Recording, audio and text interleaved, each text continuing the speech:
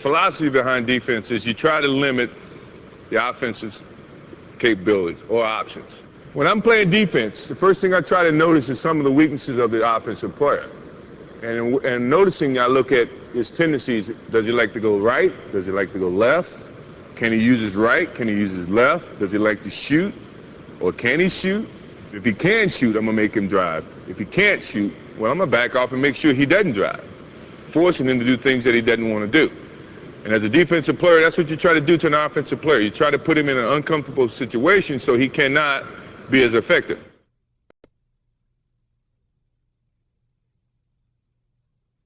A good stance, and you got many ways of coaches trying to teach players how to get into a good defensive stance. What I was always taught, is to try to be shoulder width apart. I like to put my right foot forward so that I can either direct the defensive player or offensive player where he wants to go. And I can react a little bit better if I'm not too wide. If I'm just shoulder width apart, I think that I can react a little bit easier. If I'm on the ball of my feet, then I'm active. I can move a lot quicker. If I'm on the heels of my foot, then that means I have to get to the ball of my feet and then react to the offensive player. Sounds complicated, which is probably why most people don't want to play defense. Now, if I know the offensive player cannot go right, then I'm going to try to force him right. So I'm putting my right foot forward, giving him the direction in terms of where I'm trying to force him, and preventing him from going the way that he probably wants to go, which is left. Now, if my offensive player wants to go left, then I am going to try to force him totally opposite of where he wants to go. So I'm going to force him right. If he wants to go right, then I'm going to force him left. So that means I have to put my left foot forward and influence the offensive player to go this way. If I'm guarding the guy at the center of the basketball court, because my reaction is a little bit better going to my left, I am going to put my right hand or my right foot forward, forcing the offensive player that way. Now, in terms of your hands, what do you do with your hands? A lot of coaches say your right hand is going to be mirroring the basketball. So if the offensive player is starting to look for a pass, you, as a defensive player, is going to sit here and mirror the basketball so that you can kind of deflect the basketball and not give him a direct passing lane to the offensive player or his other offensive player. Your left hand, if you're taking a right foot stance where your right foot is ahead of the left and you're trying to influence him to go to his right, your left, it's going to be sitting here charming at the basketball, trying to flick the basketball. Not this way, because that's how you get fouls. If the offensive player is there, you're mirroring the basketball and you're doing this, trying to flick the basketball loose. And if you're coming from underneath the basketball, you're not as opted as to foul the offensive player coming from underneath as you are coming from over the top. So they teach you to keep your hands here, mirror the basketball, don't give any passing lanes to the defense. Now in movement, when you move, as I was saying, as an offensive player, they want to attack the front foot. The reason being is, in a correct defensive movement, as you open up to guard the offensive player going to your right, to his left, you have to pivot. You have to pick up this foot, pivot, drop step, and then slide. Keeping your defensive stance, keeping your balance, keeping your butt parallel to the floor, staying in a low position so you can move a lot quicker. Once you come out of your position and stand up, you got to go back down here before you move again. So most defensive coaches try to get you in a nice little balance where your butt is parallel to the floor and you're on the balls of your feet. Your hands are mirroring the basketball, your left is here flicking at the basketball. When you open up, you stay in that stance, step and slide. That's step and slide. That is the way you try to maintain a certain defensive position against an offensive player. Once you come out of that position, you're in a very vulnerable position because now you got to get back into that position and then react to the offensive player. Now you see why it's a lot of work. And no one likes to do it, but yet, if you're going to be a complete basketball player, you got to be able to play both ends. And in playing both ends, you can't just score, you got to be able to play defense as well. Now, I'm going to bring my offensive player out here. Now, I'm going to look at his stance. I'm going to look at the way he's positioning the ball. You remember, as an offensive player, I always said you have to protect the basketball. So if he's not protecting the basketball, I can flick at the basketball. So you look for that. Now, if he is protecting the basketball, that means he's pretty good. He knows his offensive moves. He's trying to really dictate what I'm trying to give him or force him to go. Well, as a defensive player, I'm trying to take away his options. So I'm going to step up, mirror the basketball, limit his options, force him to go one way. That way I can slide a lot easier going this way if I can feel I can influence the offensive player to go this way and keep him going that way, and then I'm more or less guarding the player, guarding the offensive player. If I can do that, my job is done. If I can limit his options.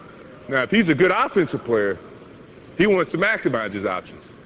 He may want to attack this front foot, which in essence, now, if he comes this way, I got to drop step, slide, not coming out of my defensive stance, because now I'm giving him the advantage because I got to get back in my stance to slow him down and get back in front of him. So, as a defensive player, you got to work hard.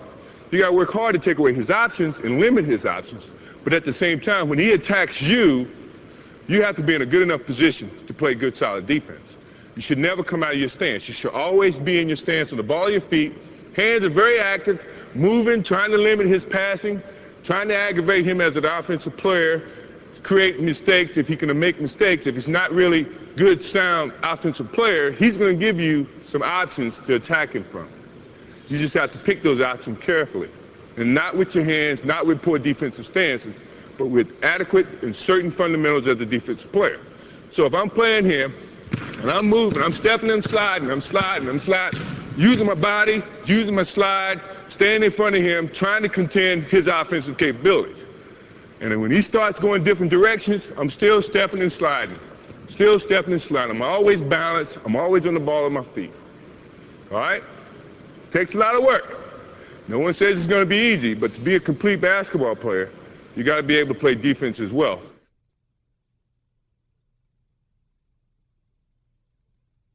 Let's talk about seeing your man and the basketball.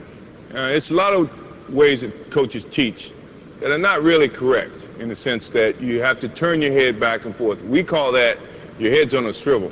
It's just constantly moving back and forth. Well, the easiest way to attack that is to keep your head straight at your target, or straight at a straight line, using your peripheral vision to see the ball and your man. You can see these 2 points, and you can point to them. You don't have to do this, because every time you do this, you lose your man or the ball for a split second. But if you're keeping your head straight and using your vision this way, you can see the ball, you can see your man. When the ball starts to move, you start to move, you change your focus point that much more, so you can still maintain that peripheral vision that you can see both the ball and your man. Now, if you're going to sit there the whole time and do this and this, this and this, well, every time you hear, you lose the ball. Every time you hear, you lose your man. Even though you think you're fast enough to see both, some players in our league, professional league, it only takes that little split second for you to lose your man or the ball before you're at a disadvantage. So, if you're learning early on in your years and you want to learn now and work hard at it, focus on a point between the ball and your man and keep your head steady. And you can see both. I promise you.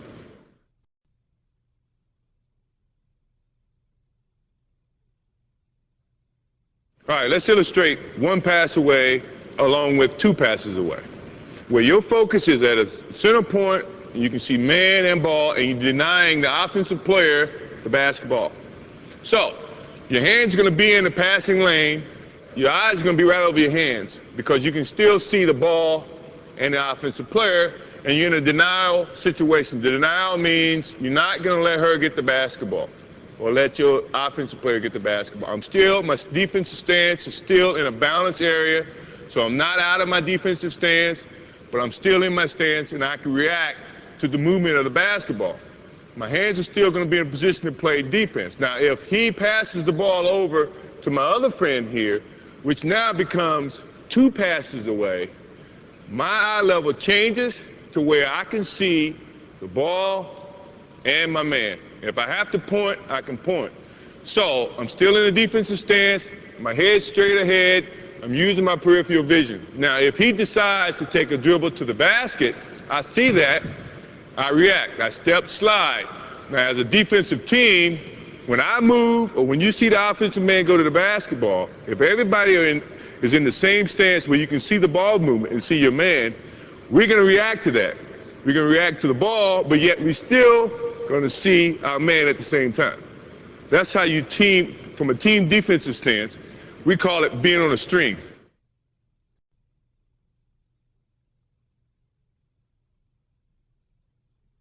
A good practice tool.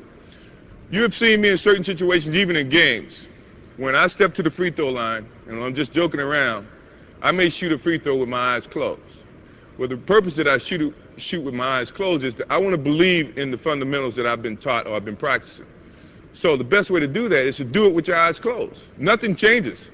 When you step to the free throw line and you go through your ritual and you set your target, and now that you close your eyes, you think the dimensions change? No. You're still 15 feet from the basket.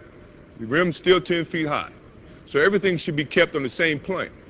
And if you have total comfort in your free throw stroke or your fundamentals, you should be able to make that shot.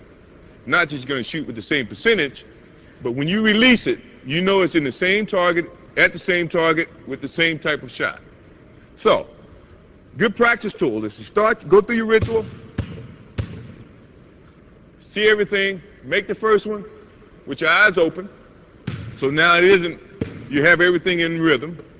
Then go through the same ritual, look at your target, and right before you shoot it, close your eyes. It shouldn't change. But that's a good practice tool. Now, a lot of guys who don't have comfort in their free throw shot, when they close their eyes, either shoot it short, shoot it right, shoot it left. And that's a good way to test your fundamentals under pressure. Because if you can shoot them with your eyes closed, quite naturally you can shoot them when there's 64,000 people paying attention to your shot. Another tool for getting the correct backspin, as I talked earlier about, once the ball hits the rim and starts to bounce around a little bit, may give you a better chance of making a shot, is when you're laying at home at night and you're really bored, take your basketball, which you're probably sleeping with if you're a basketball player, and shoot straight up. Lay your head on the pillow, shoot it straight up, and try to have the basketball come back on your nose.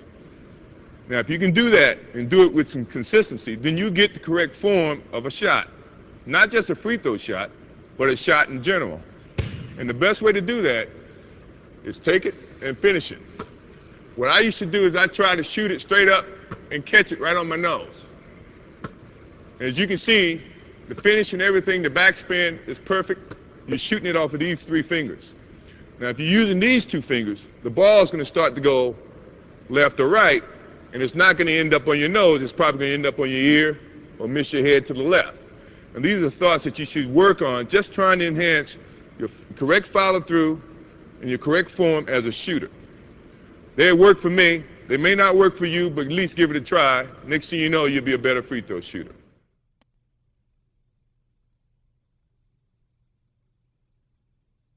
Triple threat. It's basically what it is. You have 3 options when you're in that stance. You can either shoot the basketball, you can pass the basketball, or you can drive the basketball. And using those 3 options, I think you should always articulate what the defense is doing to you. And 3 moves that I try to utilize, and you've seen me use in the years that I played, and I think are very valuable to me, is to attack the defense based on his stance. If I'm attacking, I'm going to use a jab step. And a jab step is a quick step to get the defense to react. And if the defense does not react, then you have a lot of other options that you can go about that. So jab step with your right foot, defense does not react, you go past him, putting the ball here so that the defense cannot get to it.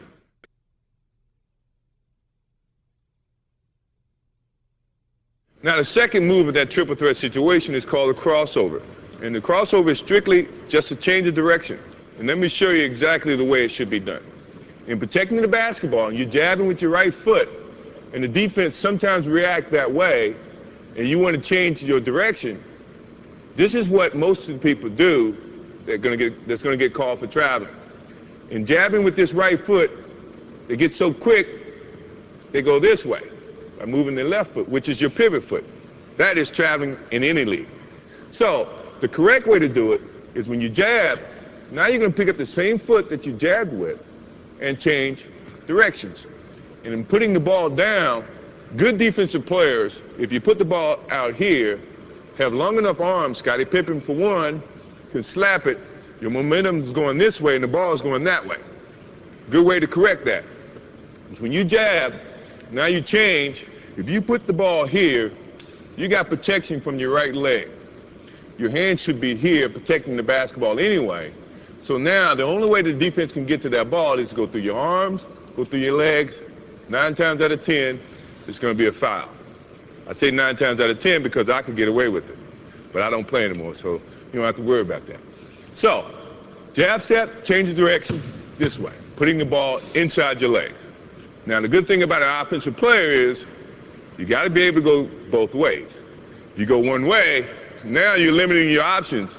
The defense is going to read that, and then they become more, I guess, have the advantage to try to limit your options. As an offensive player, you never want to limit your options. So when you're working on that move to do it this way, also do it that way.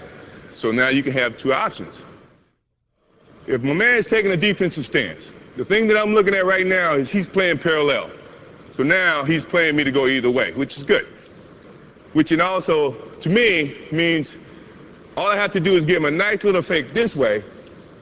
He's going to think and feel that that's the way I'm going. My change of direction is a little bit better to use when you see a guy with the parallel stance. Mainly because he doesn't know where you're going. So now you have so many options, you just try to use as many options as you can. Now, if he had his right foot forward, that to me is saying, now he wants you to go this way. The last thing I want to do is go where the defense wants me to go. I want to go opposite. So this is when now he takes his step that way. The change of direction means he's got to pick up this foot and open, then slide to keep up to you as an offensive player. That takes more time than you taking that crossover and driving to the hole. So you have the advantage in that sense. Now, if he has his other foot up, this is what I was telling you about being able to go both ways. Now you can do the same thing and attack it this way. You see what I mean? So now he can't limit your options. So you should look, before you take your stance, look how the defense is playing you, and then decide which is your pivot foot, your right foot or your left foot, and then attack. The third part of that triple threat situation involves your shot, fake shot, and a little bit of the crossover as well as the drive to the basketball hole. So, and that is, when you jab, the defense does not react, or it does react. It takes a step back. Now you bring the shot into motion. If you fake this, or you want to shoot it, or if you're a good shooter, this is a move you probably should use more often because it gets the defense off balance. If you jab, now you come up for the shot, 9 times out of 10, if you're a good shooter, the defense is going to come this way. And as a defensive player, you never want to be out of position. Once you're out of the air or out of position, offensive player can attack that position. So when the defense goes up, now you can go this way, go to the hole, stop, pull up, and shoot a jump shot. All right? If you're a good shooter, Glenn Rice, if you fake the shot or you jab, now he doesn't react or he does react, take a step back, now it opens you up for the shot. Now if you make a couple of those shots, his first reaction is, well, I can't let him shoot another jump shot. I got to come up there and challenge it. So he's going to come up and challenge. Now I'm going past him because he's out of his defensive stance. So if you understand what I'm talking about, it puts the offensive player in a great advantage because the defense the whole time is guessing. And you know when you guess, you have an opportunity of being right, and you have an opportunity of being wrong. And I like those odds as an offensive player.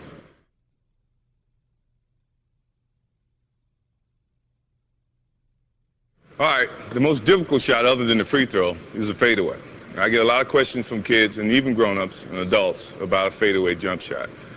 Well, there's no correct fundamental way of shooting a fadeaway. I can give you some tips in terms of what to think about. In some circumstances, it's kind of against some of the fundamentals, but yet if you do it and you practice it enough, it can become a routine, and if you repeat it, it becomes a habit. Okay, in shooting a fadeaway, the one thing that you try to do is to create space between the defense. You try as much as possible to square your shoulders up so you're shooting towards your target. A lot of the times you're not going to be able to square them completely up, but you're going to square them up enough to it you can make your jump shot and make your adjustments to shoot the basketball. So, but you also got to be able to go both ways. That's the key component in terms of, as an offensive player, as I mentioned earlier, you want to be able to use all aspects of the shot, not just one side, not just turning over your right shoulder, but also turning over your left. And that's another instance of trying to keep the defense off balance so they cannot limit your options. So, if I'm posting up on the left block, I got a good stance, got a good balance, I feel the defense either putting the forearm or feeling the pressure from the defense, I can pick and choose because of the way I feel the defense pressure to go the opposite way or go opposite of where the pressure is. Sometimes I can use as what I call the windshield wiper. And I'll tell you what the windshield wiper is. It's a fake to go one way and yet come back the other way. So there's no different when the defense is trying to force you to go one way, that you fake one way and then come back the other way, keeping the defense off balance. So if the defense is standing behind me with his forearm, his right forearm, he's trying to keep you from going to the middle, he wants you to turn that way, well, that's when I give the old fake, come back this way. And in doing that, as you can see in the fadeaway, and I can give you a lot more height when I have a defensive player on me, but I'm trying to show you the fundamentals of the fadeaway is when I'm turning with the notion of catching my target but not exposing the basketball here because the defense now can get to the basketball. So when I'm turning high. So when I'm turning and I'm squaring up to the target, I'm bringing the basketball at a higher portion or angle that the defense cannot strip at the basketball. Karl Malone, Charles Barkley, all those defensive players, when they're playing the post, are very good at when you bring the ball here, it brings the little man in play, it brings a quicker defensive player in play. If you bring it here, you eliminate the little people, and it's hard for the defense to reach over your elbow and make a clean block. So, in the fadeaway, you're creating space here. As you see, my left foot is going to come back away from the defense, and you got to have strong enough wrists, and you have to practice this shot so you can make your adjustments shooting the basketball, moving away from the target, which is kind of opposite of what you're taught, which is one of the reasons it's not fundamentally the shot to shoot, but it's a great shot if you perfect it to create space from the defense, and yet a hard shot to play defense towards. So, fade away, using my left, pushing off my legs, falling back, shooting towards the basketball. Now, it wouldn't be of any interest or purpose if you can only do it to the right side, so you gotta be able to do it fake here, doing basically the same thing, protecting the basketball, pushing off, shooting towards your target.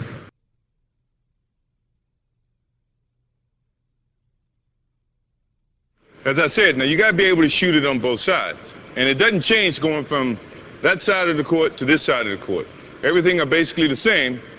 You always want to protect the basketball as an offensive player. So if I'm going baseline to shoot my fadeaway, I'm not carrying the ball low, trying to gain up and get momentum. I'm carrying it high so the defense cannot strip at the basketball. So once I carry it, my left, trying to square up my shoulders towards the target, but I'm pushing away from the target itself, okay? When I go to the right, nothing changes from what happened on the other side. I'm leading with my left, carrying the ball high, pushing off, fading from the basketball. Now, let's do it in quick form so you can see how everything operates. Here, here, here, here. All right? It takes a lot of energy from your legs. It takes a lot of loading up from your legs to get the height and the momentum going away from your target, which is not customary how you should shoot a basketball, not fundamentally sound, but yet it's a shot that creates space from your defense. And if you perfect it, it's hard to defend.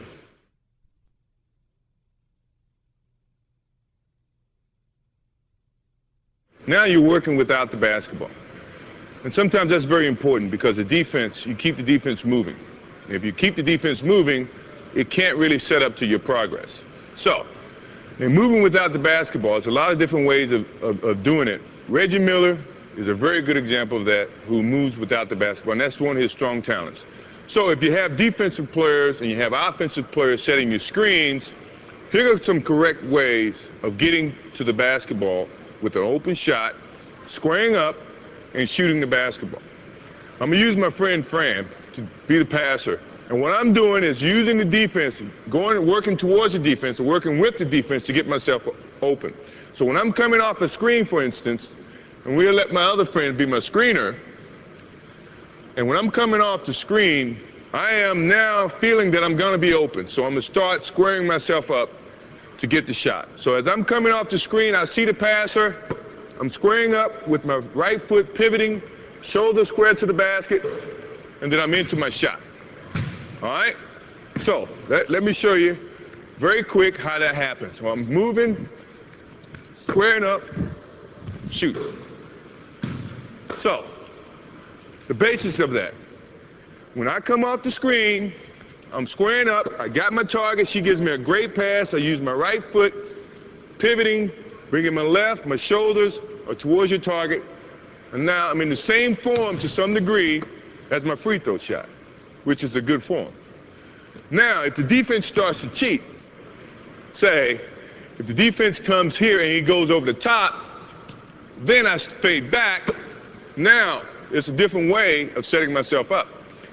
Usually, I take the left portion of my foot, square up, balance, and go toward the target. So let's see if I can do that fast. Defense cheats, use my left, square up, shoot. That's just some ways of getting yourself working without the basketball, getting your balance, and getting the shot off. Then sometimes when you get in that situation, you can't get the shot off, now you work your way into the triple threat situation if you're an offensive player and you're trying to take advantage of the defense.